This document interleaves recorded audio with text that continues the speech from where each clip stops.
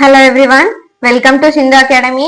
இன்னைக்கு நம்ம என்ன பார்க்க போறோம் அப்படின்னா 10th Maths Chapter 1 Relation and Functionல Example 1.4 and 1.5 இந்த வீடியோல பார்க்கலாம்.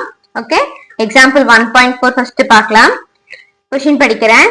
Let A equal to 3, 4, 7, 8 and B equal to 1, 7, 10 சொல்லியிருக்காங்க. Okay, which of the following sets are relation from A to B? அப்போ இதுல இங்க 3 செட்ஸ் கொடுத்திருக்காங்க. ஓகேவா? சோ இந்த செட்ஸ்ல எது வந்து ரிலேஷன் அப்படின்னு சொல்லி கேக்குறாங்க. ஓகேவா? சோ ஃபர்ஸ்ட் இந்த மாதிரி क्वेश्चन வந்தா so R1 R2 R3 so இந்த மாதிரி செட்ஸ் கொடுத்து ரிலேஷன் கேட்டாங்கனாலே ஃபர்ஸ்ட் வந்து A cross B கண்டுபிடிச்சுக்கோங்க. ஓகேவா? சோ A ஓட வேல்யூஸ்ல என்ன 3 4 7 8 வந்து A ஓட வேல்யூ. கிராஸ் B ஓட வேல்யூ போட்டுக்கோங்க 1 7 10. ஓகேவா? So first இதோட values எழுதிடலாம். So elements மாறாம இருக்கக்காக 3 மேல கை வச்சுட்டு next element எழுதுங்க 3, 1 3, 7 and 3, 10. ஓகேவா? next 4 மேல finger இருக்கட்டும் 4, 1 4, 7 and 4, 10. ஓகேவா? next 7 7, 1 7, 7 7, 10. ஓகேவா? next 8 மேல finger இருக்கட்டும் 8, 1 okay 8, 7 and 8, 10. ஓகேவா? அவ்வளவுதான். சோ இதுல நம்ம A cross B எழுதிட்டோம். ஓகேவா? இப்போ R1 R2 R3 வந்து ரிலேஷனா இல்லையான்னு வந்து பார்க்கலாம். ஓகேவா? சோ ஃபர்ஸ்ட் R1 இருக்க எலிமெண்ட்ஸ் பாருங்க 3, 7 இருக்கான்னு பாருங்க இதுக்குள்ள. சோ 3, 7 இருக்குங்க. ஓகேவா? சோ அப்ப டிக் போட்டுக்கோங்க. நெக்ஸ்ட் 4, 7 இருக்கா இருக்கு இல்லையா? சோ டிக் போட்டுக்கலாம். 7, 10 இங்க இருக்கு. சோ நான் டிக் போட்டுக்கிறேன். 8, 1 இருக்கு டிக் போட்டுக்கிறேன். சோ அப்போ A cross B ல R1 ல இருக்க எல்லா எலிமெண்ட்ஸுமே என்ன இருக்கு இருக்கு. அப்போ R1 ஆச்சா? So R1 which belongs to ஓகேவா A cross B. சரியா? சோ எல்லாமே is a subset of A cross B சொல்லி எழுதியாச்சு. ஓகேவா? So therefore R1 is a relation from ஓகேவா A to B. அப்ப R1 வந்து ரிலேஷன் அப்படின்னு சொல்லி எழுதிக்கலாம். ஓகேவா? இப்போ அதையவே வச்சுட்டு R2 பாருங்க. சோ 3, 1 இருக்கா? சோ இங்க இருக்கு டிக் போட்டுக்கலாம். நெக்ஸ்ட் 4, 12 இருக்கா? இல்ல. சோ 4, 1 7 10 தான் இருக்கு. ஓகேவா? சோ 4, 12 இல்ல அப்படின்னா என்ன எழுதணும்னு சொல்றேன் பாருங்க. சோ இப்ப R2 ஓட क्वेश्चनக்கு ஓகேவா? R2 இல்ல is not a subset of A cross B ன்னு சொல்லி எழுதணும். ஓகேவா? ஏன் அப்படிங்கிற ரீசன் எழுதுறேன். because என்னது 4, 12 is not belongs to A cross B. ஓகேவா? 4, 12ங்கிறது எதுல இல்ல A cross B ல இல்ல. ஓகேவா? அதனால R2 is not a relation. ஓகேவா? R2 என்னதுல ரிலேஷன் இல்ல. from எங்க இருந்து எங்க A to B ல ரிலேஷன் இல்லன்னு சொல்லி எழுதுறோம். ஓகேவா? புரிஞ்சா? இப்ப R3 பார்க்கலாம். பாருங்க. சோ 3, 7 இங்க இருக்கு. 4, 10 இருக்கு. 7, 7 இருக்கு. இருக்கிற டிக் போட்டுக்கலாம். அப்பதான் உங்களுக்கு ஐடென்டிஃபை ஆகும் ஈஸியா. ஓகேவா? சோ 7, 8 இருக்கா? 8, 7 தான் இருக்கு தவிர்த்து 7, 8 இல்ல. ஓகேவா?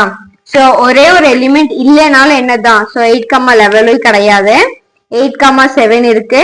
8, 10 இருக்கு.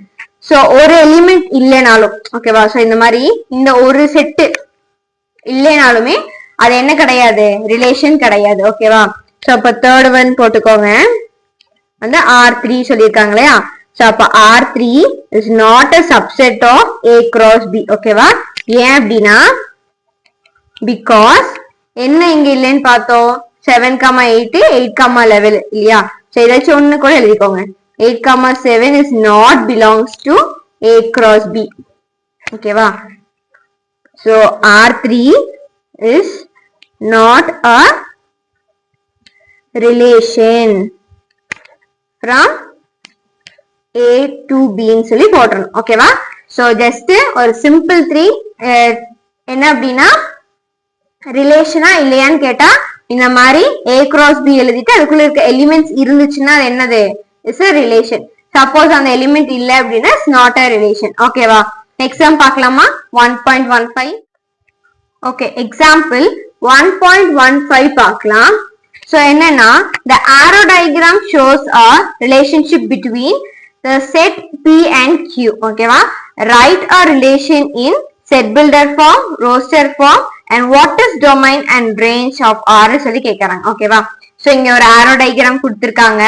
இந்த arrow diagramல இருந்து என்ன கேட்டிருக்காங்க? Set builder form, roster form, அப்புறம் டொமைன், கோடொமைன் கண்டுபிடிச்சு எழுத சொல்லியிருக்காங்க. ஓகேவா? சோ இது வந்து P and Qங்கிற செட். ஓகேவா? சோ நான் ஃபர்ஸ்ட் செட் பில்டர் ஃபார்ம் எழுதுறேன். First set builder form. ஓகேவா?